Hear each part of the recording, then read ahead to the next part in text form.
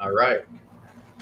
Welcome to another hour with Shonda and Cliff of Truth Hour. We're just waiting to get connected on IG, and then we'll get going. A few seconds. Welcome and thank you everyone for joining. Okay, I'm in. A half an hour ago to share this on Facebook, so this might be less comments than we're used to. All right, so we are going live on IG. Okay, can you hear me? Yes. Sweet, we're good to go. Mm-hmm. All right, welcome to another week, another field show, Truth Hour, and you want to get started? Yeah. Thanks for coming, everyone. All right. So we wanted to start off the show first, just honoring a legal icon in this country, Justice Ruth Bader Ginsburg, who passed on Friday and really left a mark, not just in the legal world, but I say socially. That's the impression I got was, if you're a young woman in this country, a young lady, and you had aspirations of really reaching for a higher office or holding a position of stature in this country, she was really the model that demonstrated that you can be fierce, you can be intelligent, and you can really achieve anything that you put your heart to. And so I thought she was just such a tremendous role model for youth, not just young women, but really anyone that's willing to fight. And the fact that she's only the second civil rights attorney to be on the court, her and Thurgood Marshall, she really left an important mark. And I think we're definitely going to see the impact of her loss very, very shortly. I'm not sure what your reaction was when you learned the news on Friday. Mm-hmm. So, first it was, wow, this is the worst thing that could happen at a time like this, especially in the middle or really at the end of the election cycle. Mm-hmm. So it was more so shocking, but it was just a reminder that at this point everything is on the line, and a bit scary to think that one person now one person is going to bear that for everyone, and that we're all going to feel that in so many ways if in fact the president is reelected. And not even just if he's reelected, just thinking about the next 40 days or less than that, what could happen before January, the inauguration. But RBG did so much for women in terms of home ownership, being able to have rights within the workplace, equality in the workplace. So it's just, I really hope people understand what it is that she did to protect women's reproductive rights and just opportunities for women, just beyond the workplace, but also in terms of having credit cards and being able to buy a home without a spouse. And so those things are important, and I don't think that that's talked about so much. And the reason why there is an emphasis for the Supreme Court and why people are reacting this way is because right now this shifts the trajectory of the country. So just beyond this year, this will bear weight for the next generation, in terms of who's sitting on the court. So it is devastating. And it's just every day since Friday, you've seen different prominent Republican members who have spoken out before, in terms of what should happen or what power does the president have in terms of being able to bring forth a nomination in such a crucial time as this. And so it's interesting to see the hypocrisy now from the GOP after what happened in 2016 with Obama. Yeah, and I didn't in class, so I have the great fortune of teaching government. So if there's not a better subject matter to learn in school, and I'll debate anyone on that, but I didn't really want to dwell on the fact that she passed because she just meant so much. I thought it important the last couple of days to really honor her legacy as a, not just in the judiciary, but also just as a legal advocate, because the work that she did with the ACLU, even before she was appointed to the bench, to me is noteworthy. I mean, she fought, and we focus on the women's rights that she fought for, obviously because important, because the country's patriarchal, and because that's who we are. But I wanted them to really read the opinions and how she advocated for gender equality, period. She fought for men's rights also. There's male spouses who became widowers, and the law did not offer them the same protections as it did women when they became widowed. So she fought and won before the court, and I allowed my students the opportunity to read those cases and to really consider the mark that she left. And I would have done that even if it had been for a conservative judge. It had nothing to do with that. To me, I thought it important just because of her legacy. Now, unfortunately, to think about the political implications, we have statements that are contradictory now from the Senate Majority Leader, and it'd be easy to say, well, if there's a Republican-controlled Senate and a Democratic-controlled White House, and it's the last year of a president's term, okay, we've already had a precedent. We're not going to vote on a new nominee. We're going to allow the electorate to determine who should fill that seat. Now, if that were the precedent set 4 years ago, that'd be one thing. But now they're changing the rules in the middle of the game, because what they said 4 years ago was, we can't vote on Merrick Garland, right? We cannot give Merrick Garland a Senate floor debate or a vote because of the proximity to the election. Right. Now, mind you, I'm going to put up a graphic for folks on YouTube and Facebook. Yeah. Mind you, numbers. Yeah, it has the numbers. Okay. So we're talking about 270 days until election when Antonin Scalia died. We're talking 47 days before the election with the passing of Justice Ginsburg.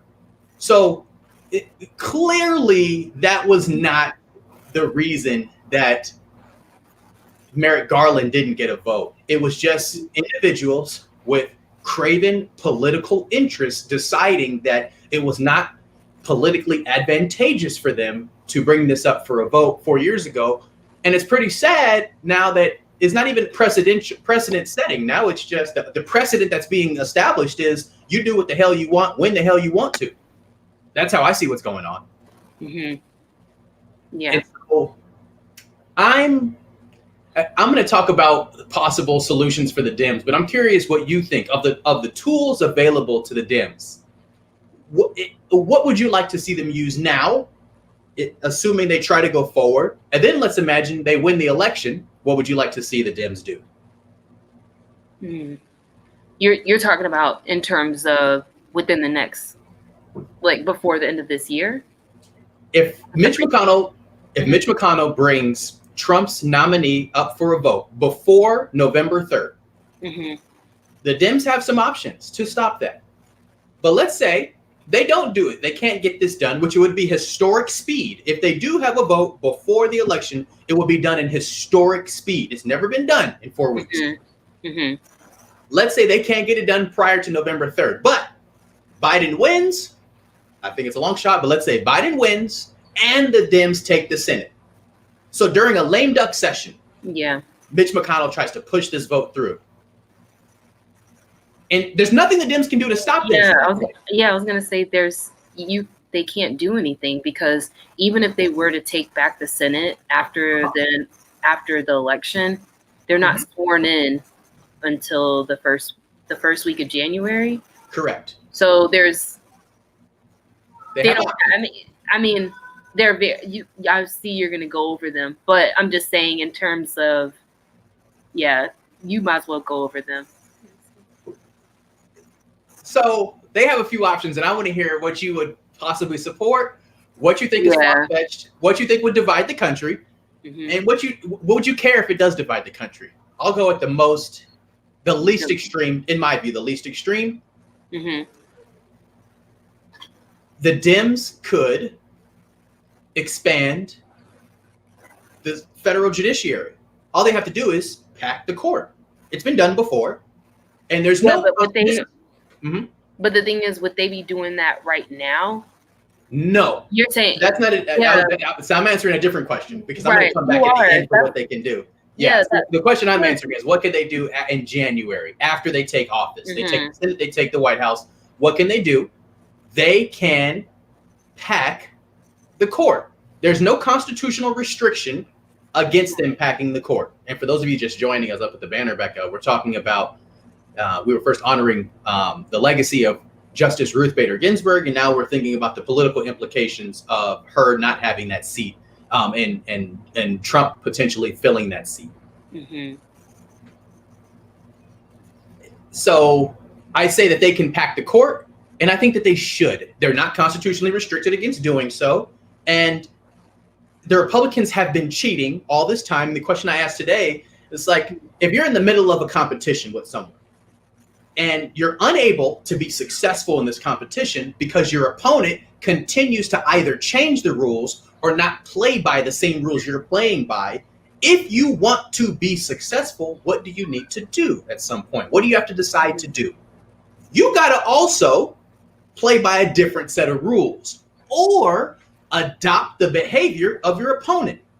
If I'm getting slapped in the face, I either like it if I'm some type of masochist, or I'm going to, duck and weave or maybe slap back. It's time for the Democrats to grow a spine and slap back. The problem is they want to just be holier than thou. And it's like, you know what, we're not gonna stoop down to their level. No, I see. This is where you and I part ways, because I'm not with that Michelle Obama when they go low. When they go low, I'm digging lower. When they go low, I'm digging deeper. Well, so you started with one question. You didn't answer the question. I answered it. One part of it is they could pack the court. But you're saying how? But where I'm confused is, how are they going to pack the court if they don't have legislative power until January? You were saying if in fact they win. Are you talking about after January? So they got two options. They can stop it right now, which is something that could be extreme, but it's possible. Or they could wait until, you know what? Let Trump do what he's going to do. Fill the seat. We got an answer for you. We're going to put 4 justices on. And I'm saying 4 intentionally. Not 1, not 2, because of the 2 that they stole. I'm saying 4 because if they do 3, then we'll have an even number on the court. They need to put 4 seats up and give an actual liberal majority for the first time in several generations, which we have not seen in any of our lifetimes. Yeah. And like what you and I were talking about the other day, it's been moving from what's been 9 to then 13. Yep. So that you are able to have a majority. So this has got a great question. If they pack the court, are there rules for who hears cases? Same court. The same court would hear it. And so the extreme, and this is what some Dems have proposed. So Mitch McConnell, being the Senate Majority Leader, determines what comes up for a vote in the Senate, right? But there is a way to force his hand. When the Speaker of the House, who's currently Democratic, issues articles of impeachment, as soon as they land on the Senate Majority Leader's desk, guess what he has to do? He can't sit in it like he does other legislation that passes through the House. He has to take it up for a vote. That would significantly slow down this train of working towards confirming a presidential nominee. Okay, but what are you getting ready to use now for articles of impeachment? They could impeach Bill Barr, the AG. So they could impeach Trump. You don't think there's no other offenses that Trump could be impeached for? Trump could be impeached for 1,000 things. Okay. So you're saying that right there. So you're saying use that as a stalling strategy. Yep. First they impeach Barr. If the Senate handles that quickly, okay, wait a couple of days, impeach Trump. They handle that, okay, impeach Barr for something else. I don't. And see, now you're getting into that democratic mindset. Like, no, is that how we want government to function? No, that's not what I'm saying. I'm just thinking in terms of what are they going to then use to still go around? Like, what will they then use to go around that? Nothing. I don't know. There's nothing, right? I'm saying, like, so, I mean, was because one would argue then, what are we doing in terms of COVID? Like, how are we addressing that? And the fact that millions of people are still jobless. You propose no new stimulus plan. Yeah. There have been thousands of businesses that have been forced to shut down. So at that point, it's just like, is this really the wisest thing to try and push forward impeachment? So we got a question in the comments. It says he could be impeached, but doesn't necessarily mean he'll be removed. The goal is not to remove him. Of course, he's not going to be removed because the Dems don't control the Senate. The goal is to use impeachment as a stalling tactic so that we get to inauguration, assuming the Dems win. You get to inauguration before that there's ever a confirmation vote for filling the seat in the Supreme Court. Yeah. But you're asking about COVID, and you're asking about the issues related to the electorate. What constituents actually care about right now? And yeah, I mean, I just don't feel. I mean, I hear you in terms of that being a strategy, but I just don't know if that will hold so much weight. Sorry, guys, I feel like my phone keeps stalling, but I just don't know if that strategy being used would actually keep them from being able to not proceed with the nominee, like without being able to proceed with hearings. So, and I guess I'm just going to repeat, I don't think that people are unable to chew gum and walk. I think that you can work on impeachment to try to stall a vote on confirmation while also working on legislation for COVID-19, people suffering from either victims of the virus or businesses that have fallen apart or went bankrupt as a result. Okay, exactly. So that's why I'm asking. So how then does that stop the nomination from going forward? Because what you're proposing is, it almost sounds like they can only do one or the other. No, you could do them both. You could do it all. I think you could do it all. I think that there's opportunities to work on this flawed government, and one of the flaws of this government is the lack of detail in this government's founding document, because the Constitution should outline the procedure if this were to happen. And that's the problem with failing to have a constitutional convention every generation as the framers intended. We don't just discuss the lack of information in this document that's allegedly dictating how we're governed. And so when you have a Senate in a one party's majority and a White House in a different party, how do you proceed? And the document could be improved if we were willing to consider making improvements to it, but we're not willing to do that. Yeah. All right. Well,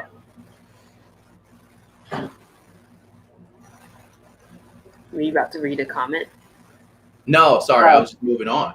Okay. Rough transition, but we had last week we learned, thanks to the bravery of Miss Dawn Wooten, who was a nurse in the Irwin County Detention Center, came forward and actually acknowledged that you have ICE doctors performing undesired and medically unnecessary hysterectomies on detainees. And this became national news, and ICE has refuted these claims, but the report has been filed and there's an alleged investigation. But we know what happens typically when there's internal investigation. So the demand is that we get the DOJ involved. But I have little faith in DOJ considering William Barr is at the head of that. So I'm not sure what your thoughts were on the ICE forced hysterectomies, besides the fact that this should be considered a genocide. This idea that you're now this potential generation of women being held against their will and now having their uteruses, removed. This is the most disgusting news that I've heard in a very, very long time. And it just makes you wonder, where do we live? Like, what is this country? Right, exactly. And then, I was so upset when I read this because I just didn't understand how everyone wasn't outraged by this, because it doesn't matter like where you are on the politics. Like, this shouldn't be political. Like, this forced sterilization, again, like, what country do we live in? What year is this? And it just took me back to things that we read, when we were in high school, like in your history class, and just thinking about how they had internment camps and people just being in denial about what was happening here in our own country. And I feel like this was that moment for our generation where you talk to people and they're in like another world, and they're just thinking like, oh, I don't believe that. But in fact, like a few years ago, when they had footage showing that they were locking up kids in cages, separating them from their parents, I don't understand why no one would believe this. And then, just again, like, you're taking away a woman's right to be like that. That's her body. And for you now to take that away from her, I don't understand. And then for the people that are, if we are making this political, for all the pro-choice people out there or pro-life, they definitely should be saying something. Yeah. And this agency, this is another reason why it's important for everyone to vote, because we really need to make sure that there are reforms within our government agencies. There's checks and balances, because ICE should not be able to get away with as many of the things that they've done in the past few years. Yeah. I love this comment. How is this okay, but abortions aren't? Exactly. Yeah, exactly. That's what I'm saying. So you have the pro-life individuals, and they say all these things. They're in the streets. They are outside of Planned Parenthood. They show up to Congress and they make all this noise, but then where are they at for something like this? Yeah, I agree. Like, where is the outrage in that? There's no outrage. There's no outrage because we're talking about the bodies of brown people being violated. Yeah. That's when there's outrage, when there's a belief that power is going to be subverted from the majority. That's when there's outrage. There's outrage when systemic oppression could possibly be reduced. There's outrage when individuals who have historically been marginalized demand justice. That's when there's outrage. But there's not outrage when people are literally having the opportunity to raise a family being denied from them and their possible future children. And so essentially they're stripping away entire generations. Oh yeah, it's wiping out an entire it's genocide. And I don't know how anyone can deny that, because we saw that happen. We saw that happen in Germany, like during the Holocaust. And so, it's definitely the same thing, like you're saying. You now have wiped out an entire family, like the future generations, and it's fear of power. Like, we're like the levers of power, right? And so the more that people come here seeking asylum or just opportunities, who are Black and brown people, they now have, I mean, you strip somebody, like, one is just thinking about the trauma that they then experience. No one should have to go through that, right? And so now it's like that person has to live with that. And then the reasons why they did come here, now it just changes so much then for the family. And I don't even so I don't like to do cross comparisons of trauma, or like, I'm not going to compare the Holocaust to the transatlantic slave trade. But what I do think is important to consider, people always ask the question, well, if I was alive in this era and I was a German, what would I do? Or if I was alive in this country when we were interning Japanese Americans, what would I do? Well, you're alive right now. And we are removing the uteruses of women in detention centers. So if you're on social media, or if your response to Black Lives Matter is all lives matter, if you're questioning the protesters in the streets demanding justice, and your response is, well, they should have complied with the officer's demands, or if it's always some type of negation of the reality of other people, then that's probably how you would have responded in the 1940s. It's probably how you would have responded. Oh yeah. The internment of Japanese Americans. That's probably how you would have responded during any of these moments in history, when individuals were being subjected to extreme oppression and violence and dehumanization. We got a great comment earlier in the sense this is an extreme act of terror against humanity. It's like, yes, I completely agree with that sentiment. So for those who are just joining us, we're talking about the super brave nurse Dawn Wooten and her willingness to shed light. And isn't it always Black women that save this country? And her willingness to shed light on the Irwin County Detention Center, forcing these women against their will to have medically unnecessary. And we have to stress that part of it, so that they don't try to create these justifications. Yeah. Forcing these women in these detention centers to have medically unnecessary hysterectomies, and what that means, and what that means we are. So we'll see where that goes, but I have little faith. And I mean, and I also wonder too, is it because of the messenger, right? Because would this have been different if this would have been different if this came from a white woman, a white female practitioner? Without question. Exactly. Without question. And so for me, I think that's another problem, with that's another layer to this whole thing, is because I think that it's not being addressed because of who blew the whistle, in terms of what was happening. It's sad. Yeah, we got a great comment. It says racism is a hell of a drug, and I completely agree. And with that, we're gonna move on to a subject that I was reluctant to address, but it's part of kind of national discussions, and it's OnlyFans. I'm like, Judy, you can't get upset with me. This segment, this is what the people wanted. Again, I said. You said what?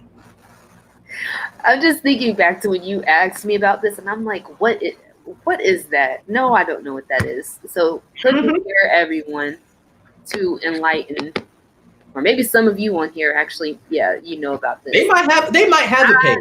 I was in the because OnlyFans is now super popular, and so what I didn't know, and I'll be honest, I'm not the most well-versed OnlyFans expert on here, right? Like, I know a little bit about a little bit, and I enjoy discussing that little bit that I do know. But so OnlyFans has been around for 4 years now, and there's 3 million users. So there's 3 million folks on there. Oh wow! Almost 500,000. So we're at 455. I think almost 500,000 creatives. So it's a popular. Why are you making that face? I mean, these are numbers. I know that number is shocking. 4 years with that many users. I mean, yeah, I might have to invest. in OnlyFans. Oh my. So first I'll give a little bit of background of what it is, and then just talk about how folks. Yeah, I think just get to what it is, Cliff. There may be folks on here who want to start their own page, and if that's you, hit me up because I'm looking for a side gig. Now, I'm joking. Kind of. Okay, so OnlyFans is similar to Instagram, Twitter, Facebook in the regard that creatives can promote their work and publish their work, whether it be writing, if you're an artist, if you're a musician, you can put it out there for public consumption. But the difference between the other social media sites is that your subscribers, known as fans, so it's a subscriber-based platform, they pay a fee that the creative determines how much they pay. And they can pay a monthly fee or they can pay like a one-time tip. So this is kind of the big distinguishing quality of OnlyFans from the other social media platforms. If you have, we'll say, mature audiences only content that you're making available, that does have to be on OnlyFans. So make sure I'm not being unclear. If you plan on posting mature audience only content, you can't put that on IG, Twitter, and Facebook.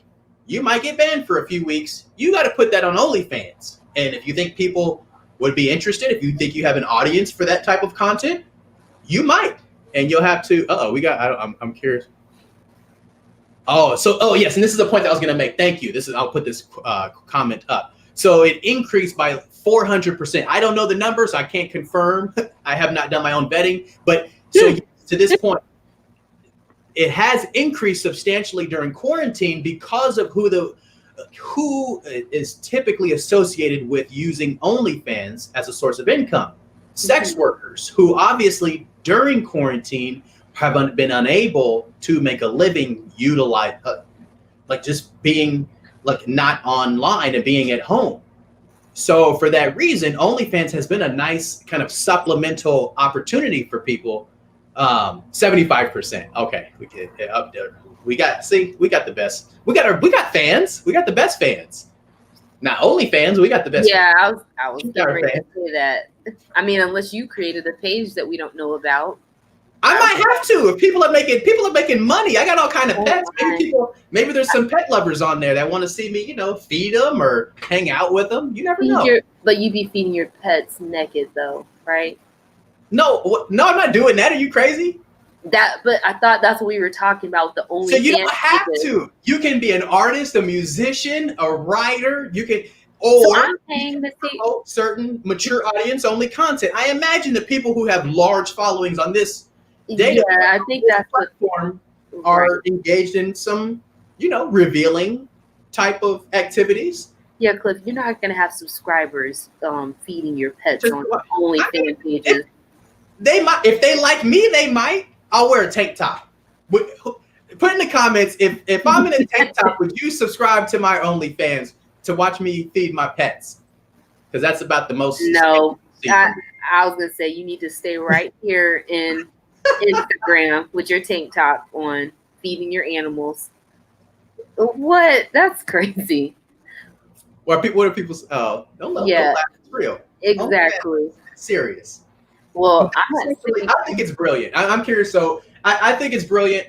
I think it gives sex workers an opportunity, especially during quarantine, to be able to supplement their income of what would typically be lost because we're at home and we're not engaging as much in society.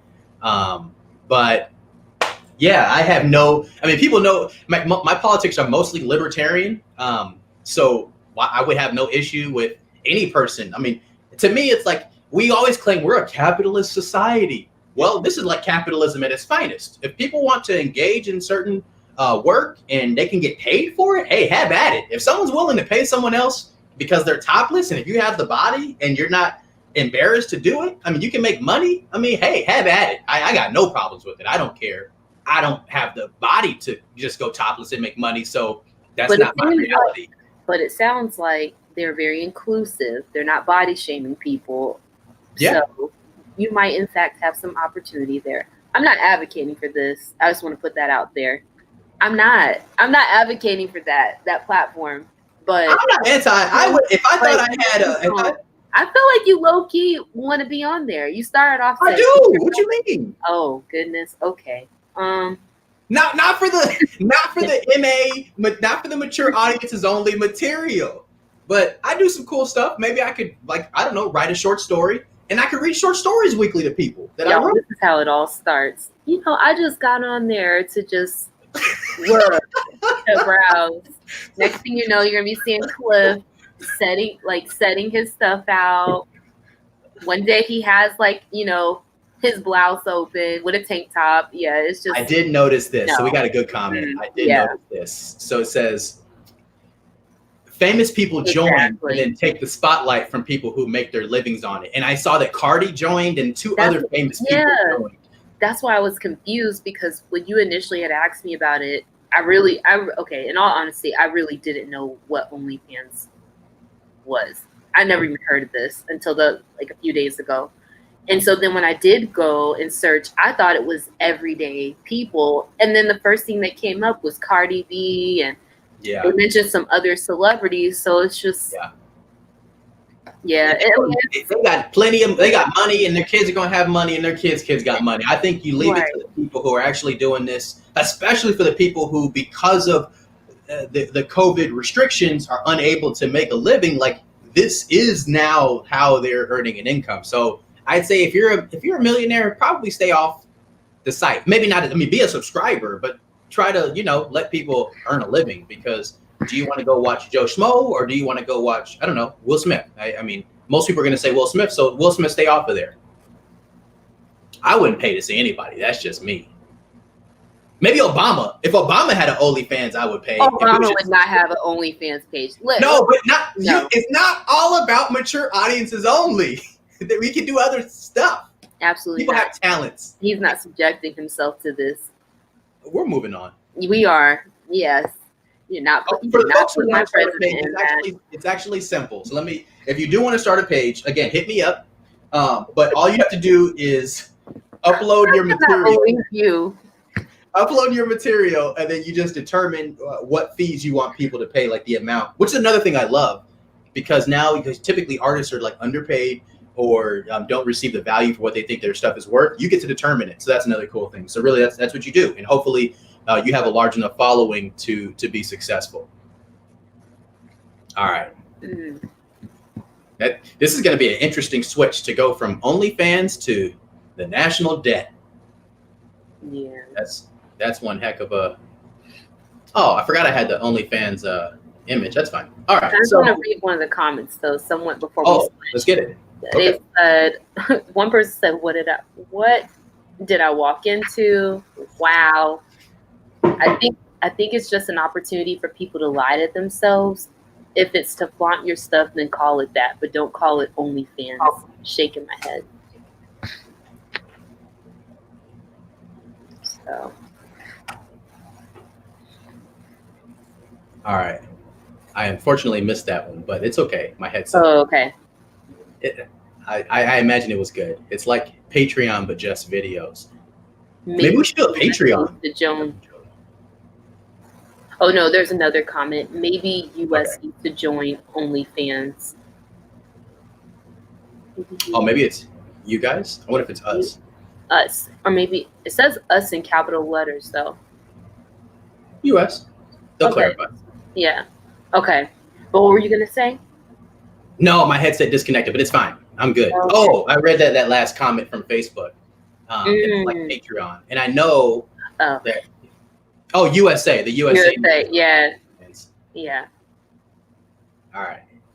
To pay the national debt. To pay the national debt. See, look at that. Look at our fans. So the Truth Hour fans are giving us our transition for us. Because that's like the weakness of the show is our transitions.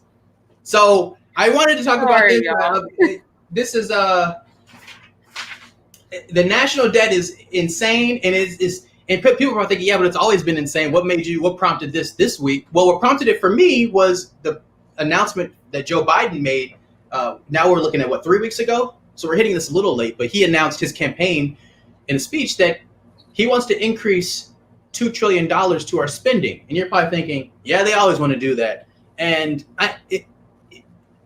so Biden being a Democrat, would most likely pay for whatever increases to our current spending, right? He would, I imagine, replace another budget, or he would increase taxes. He would be responsible with increasing spending. But I'm just curious, one, do folks know what the national debt is currently? And two, how much they care? So like this is the time for people in the comments to just go crazy. How much do you care?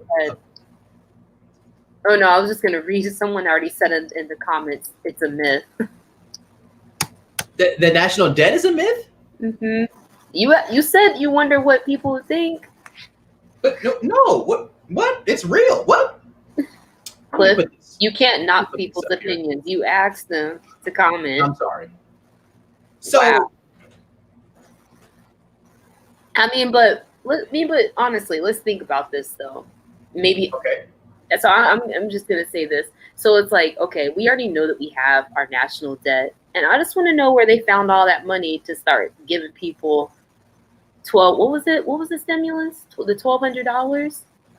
So all of a sudden we have this money to send to millions of people.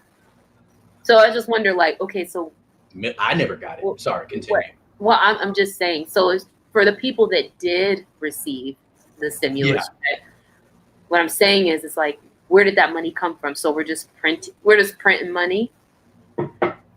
So it's interesting to say that we don't have money sometimes to, like, we have budgets and money that are given to communities, and then all of a sudden we're just, and then we'll say, oh, but this is going to put this is going to put us in further debt if we do this one action, and yet we saw all this money just go out for COVID.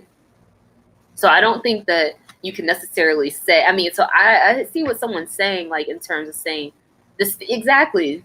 What's your name? The person that's writing, they said the stimulus, Brian. I'm with Brian. That's why I feel like, yeah, I agree with him, because after they showed us that with the stimulus pay, I was like, it's so, to me, I think it's very subjective to where we're at. And so just to provide some clarity, explaining the deficit versus the debt,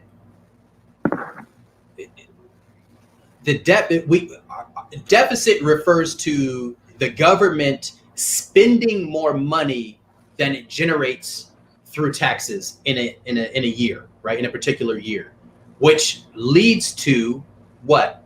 It leads to borrowing money to account for that loss. And we've been doing a lot of that.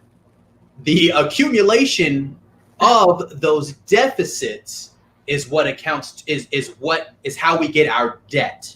So deficit is spending. If we spend 500, I'm going to use easy numbers because I was not a math major. We spend $500 in a year. We only generate $200 in taxes. This is 2019. Then what's our deficit? Now we have a $300 deficit. Now, if in the next year you spend $400, but you generate again another $200 in taxes, you combine that $300 from 2019 and the $200 from 2020. Those 2 years, those combined deficit, combine those. That's now a debt of $500. So the debt is the accumulation of those deficits. And to me, so economically, what are we supposed to do? Like, if you talk to an economist, and some of you I'm sure have accountant friends out there and folks who are econ majors, so you know I was no econ major. But but for those, I'm just gonna say, but for those that, for the most part, I believe everyone had to take an econ class, whether it was micro, math, in high school to graduate. Or in high school. I didn't take that in high school. I took it in college. But whatever. Yeah. But again, U.S. public education, folks. I don't know. But bottom line is, like, what they're saying here in the comments, it's like we're continuing to borrow from ourselves. So in terms of the national debt, what do you feel is... No, that's only partially true. The majority of our debt is owned by China. Okay, because I was gonna, but we have to borrow, right? And so, especially like just over the past few years, and just seeing the relationship that we do have So that's the thing. So thinking about the relationship that we do have with China and the debt that is owed, what do you see happening in the next year, especially if Trump's reelected? Yeah, I would say you have to say it because I'm not putting that out there. But be ready. If Trump's reelected, and so first we have to understand, there's a lot of anti-China propaganda that's disseminated by Trump and his surrogates. Mm-hmm. Why? Because unlike Russia, he does view China as a threat. Mm-hmm. And also, I mean, just purely just race-based.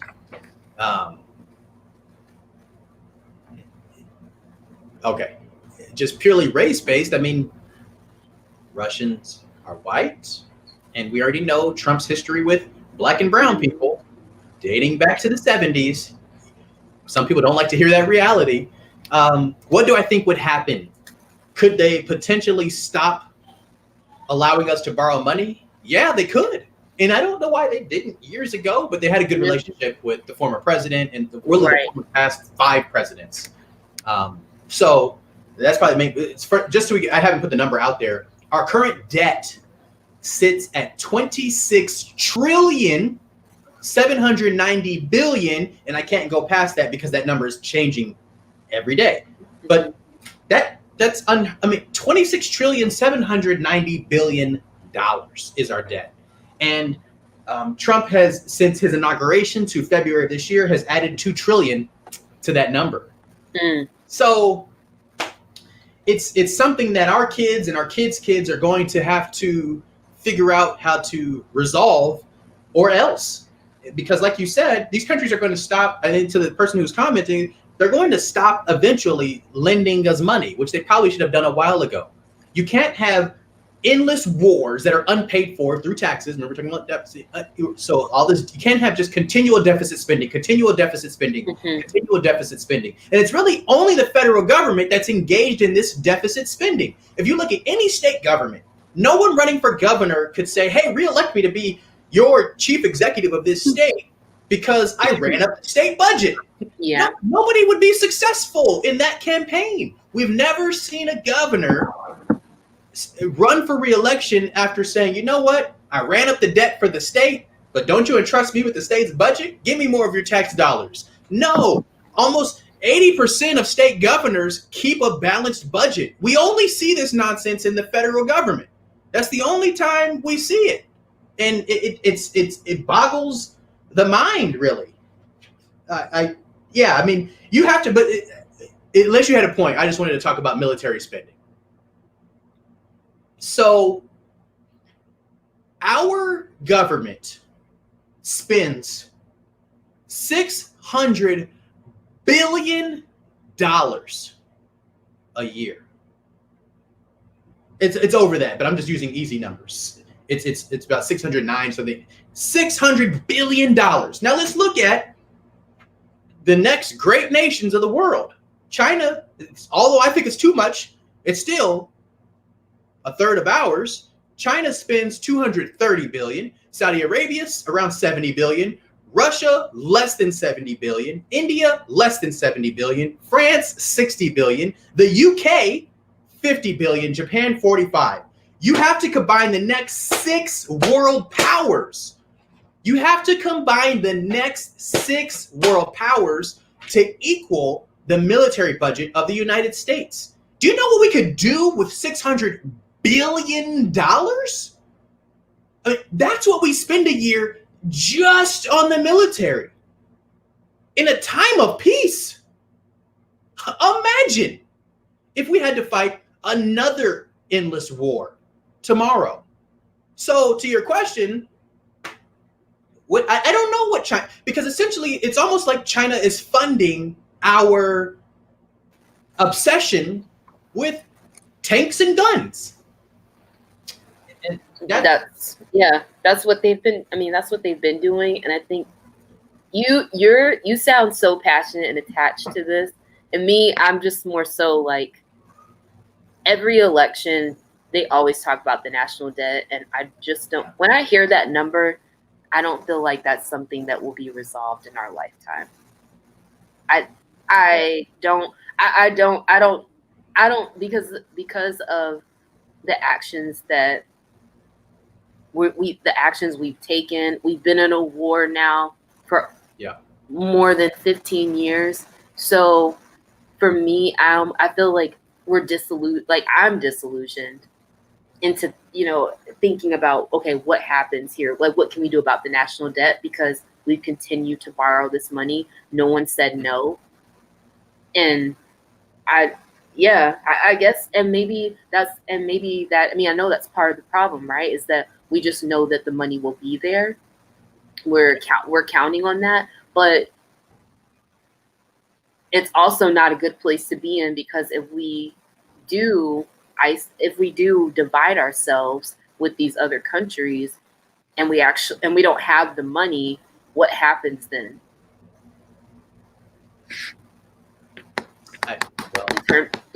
I'm just saying, it's a really bad place to be in when you owe people. When you owe people a lot of money. But that's a good point. We don't have context for a number that big. We just know it's a lot. I mean, exactly. For context, 26 trillion, wouldn't that be more than the GDP of the top 10 grossing countries in the world? You're right. There is no context for a number that unimaginably large. That's a great comment. There is no context for that. This might have to be for the YouTube video. All right. Last but not least, before we talk about voting, because today is voter registration day, we're going to talk about Clorox wipes. Because where have they been? Well, where have they been? I've been able to find some. The Clorox wipes? Not okay. Some knockoff brand kind of disinfectant wipe. You haven't seen Clorox wipe. I was just getting there. I was gonna say, okay, so you mean actual Clorox wipes? Yep. I think it was maybe in the summer, but maybe because we bought so many. I don't know, but you're right. I don't know where they are, and they will be impossible to find over the next few months. This is a statement from the Clorox company. We have received a number of questions about the availability of disinfecting wipes. Yeah, you think? We need to set the record straight. You know it's not going to be good when they say some mess like this. We are producing and shipping record numbers of disinfecting wipes. For the first half of 2020, we've supplied 100 million more disinfecting products than we did in the same period last year, a 50% increase. We're also shipping nearly 1 million packages of Clorox wipes to stores every day. As soon as they're on shelf, people scoop them up. This is not surprising given the continued worsening trends of COVID-19. So it's not even noteworthy to say there's been an increase of 50%. There's a pandemic now. Why haven't they opened up more factories? Oh, why aren't they having people work 24 hours? Why aren't they hiring more people? Okay, well, let's calm down, because you remember when they had everyone working in these factories, they had to shut down because they didn't have protocols set up properly. And then a lot of the people in the factories were then exposed. They had COVID. That was in February. No, that wasn't just in February. They shut down a lot of the meat productions. Meat? This ain't meat. I'm saying, what, Cliff, it's still the same. Like, if you have a lot of people on assembly lines, it's the same concept. So, now what's the irony is that they work with, they work at Clorox. Yeah, how are they not disinfecting? What is happening? I don't know. But it makes me wonder, though, if you're able to put out as much of the product, if you're putting out the products, I wonder if they're lowering the content. Like, because I feel like all of a sudden it seems like the formula was different in some of these products, like the hand soaps and some of those hand sanitizers. Yeah, mass production is not always stuff. I'm not gonna lie. I'm just saying, but mass production, because I know a lot of y'all were checking that Bath and Body Works stuff. You were trying to make sure if it was antibacterial. Or if it had So- 97% yeah, exactly. alcohol. Right. So that's what I'm saying. Mm-hmm. I just think it's insane to me that a company, knowing what demand is, again, we're going to go back to capitalism. You know how much money, you know how much money this company could make right now. I don't understand. How aren't they renting out a facility? Facilities across the country? How haven't they increased their labor force, their workforce, 20-fold? 24/7 to me, factories going. 5 minutes. All right, let's get to the most important topic of the day, and it's voting. Yes. And obviously, if you guys have questions, pose the questions. But with today being today, this is how we're planning on finishing it up. Mm-hmm. So if you are here in the chat, please make sure, or if you're watching, please make sure you're registered to vote, because you have less than 2 or 3 weeks to make sure that your application is turned in your application is received, really, so that you can vote in the election. So you really want to make sure you turn in your application today. You can go to vote.org, iwillvote.com. There's tons of information there. And they have information listed by state. So if you have questions about what are the rules, if you moved from if you changed addresses from the last election, you need to update your application. And if you have questions about that, you can definitely find the numbers on those websites. So again, it's iwillvote.com or vote.org. I would check that out. And you guys can always message Cliff or myself, and we're happy to field questions from you guys. But I would also encourage you, I was just going to say, I would encourage everyone to text at least 3 people in your phone and just send them the link. Because I think a lot of times we make the assumption that everyone's registered to vote, and they're not.